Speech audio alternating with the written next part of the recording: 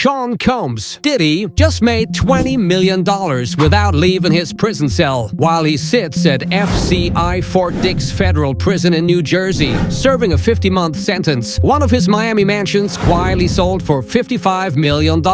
He bought it for $35. Do the math. That's a $20 million profit. Closed while the man himself was locked behind bars. The property sits at One Star Island Drive, one of the most exclusive addresses in America. 30 homes on the entire island. His neighbors, billionaire hedge fund managers. Rick Ross lives down the street. This is the kind of place where a $120 million sale doesn't even raise eyebrows. And here's the detail that makes it stranger. Diddy bought this house in 2021 from Gloria and Emilio Estefan. It was their guest house. A nearly 8,000 square foot compound. 6 bedrooms, 8.5 baths, a pool, a spa, a private dock with 240 feet of water frontage on Biscayne Bay. And to the Estefans, that was the spare. But this sale almost didn't happen. And the reason why involves a lawsuit filed just 6 weeks ago. The buyer is John Franklin, the Virginia businessman purchasing through a holding company called JF Star LLC. And by late May, he was done waiting. Franklin filed a lawsuit in Miami accusing Diddy's team of stalling the closing, claiming they couldn't produce basic paperwork about the mortgages on the property. Diddy's lawyers fired back,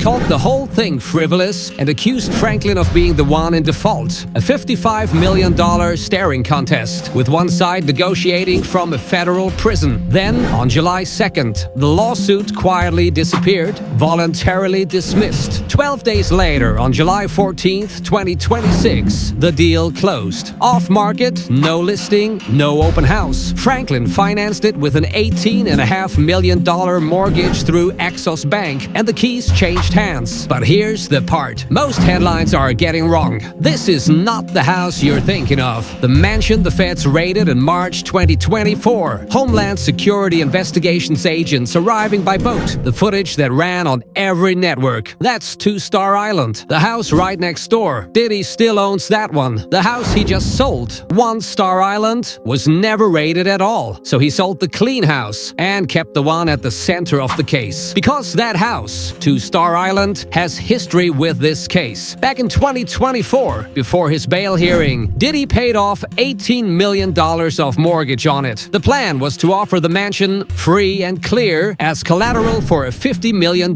bail package. The judge looked at it and said no. He stayed locked up. First at Metropolitan Detention Center in Brooklyn through the pre-trial period, then through the entire trial itself. That trial ended with a split verdict. Acquitted of racketeering, acquitted of sex trafficking, convicted on 2 counts of transporting people across state lines for prostitution, violations of the Mann Act. Judge Arun Subramanian handed down the 50-month sentence. Singer Cassie Ventura was among the most prominent figures whose account shaped the case against him. But that number keeps shrinking. His release date was originally June 2028. After appeals through the Second Circuit Court of Appeals, it's now February 2028. And there's a bigger wild card on the table. Diddy sent a letter to the White House in January asking for a pardon. Reports say Trump has been privately discussing clemency, though his pardons team is not currently recommending it. So that door's open, but it's not swinging his way just yet. So picture this. A man sits in a New Jersey prison cell, $20 million